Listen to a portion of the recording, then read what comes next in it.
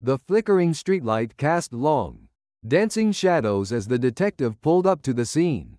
Rain slicked the pavement, reflecting the flashing blue and red lights. This was the kind of night that made the hairs on the back of your neck stand up. A night for secrets. The victim was John Doe, or at least, that's what they called him. Found in an alley, face down in the muck. No ID, no witnesses. Just another nameless soul swallowed by the city. The morgue, a cold, sterile place, held Jane Doe too. Found a week prior. Same story, same lack of identity. They were the nameless, the forgotten. I stepped into the dimly lit morgue. The smell of formaldehyde heavy in the air. The attendant, a man whose face seemed permanently etched with a weary frown, pointed me towards the cold storage. John Doe is in there, he rasped, his voice barely a whisper. And Jane Doe, over there. John Doe, he was a ghost, a silhouette. A man with no past, no connection to the world. The only thing they had to go on were the few clues found at the scene. A tattered piece of fabric, a strange symbol etched into his skin. A melody he hummed in his final moments. Jane Doe was different, in a way. She was beautiful, even in death. Her face held a serene expression, a stark contrast to the violence that had taken her. A small, silver locket was clutched in her hand. Inside, a faded photograph of a smiling couple. Days turned into weeks, the investigation stalled. Leads went cold. The city, as always, moved on.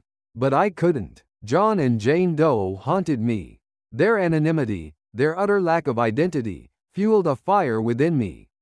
I was determined to uncover who they were. The clues were cryptic, elusive. The symbol on John Doe's skin led me to a forgotten cult, rumored to practice dark rituals. The fabric, a rare weave, pointed towards a high society event. The melody, a haunting tune, resonated in my mind, a constant reminder of the mystery. I traced the locket, the photograph, to a wealthy family, the Vanderbilts.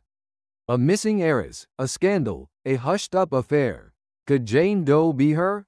Was John Doe involved? The pieces started to fall into place, but the picture they painted was far more sinister than I could have imagined. John Doe wasn't just a victim. He was a participant, a pawn in a game far darker than I knew.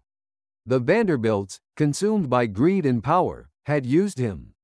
Jane Doe, the missing heiress, had stumbled upon the truth and paid the ultimate price. As I delved deeper, the atmosphere grew heavy, suffocating. The air was thick with unseen forces, with unspoken truths. I felt watched, followed. The line between reality and nightmare began to blur. Then, it came. A night just like the one John Doe was found. I was walking through the alley, feeling the chill of the night. A figure emerged from the shadows. It was John Doe, or someone who looked exactly like him. But his eyes, they were empty, devoid of life. He reached out a hand and whispered, "Join us." The ending, it wasn't an ending. It was a beginning, a chilling echo of the nameless and the forgotten, a descent into a world where identity was a curse. And the shadows held the key.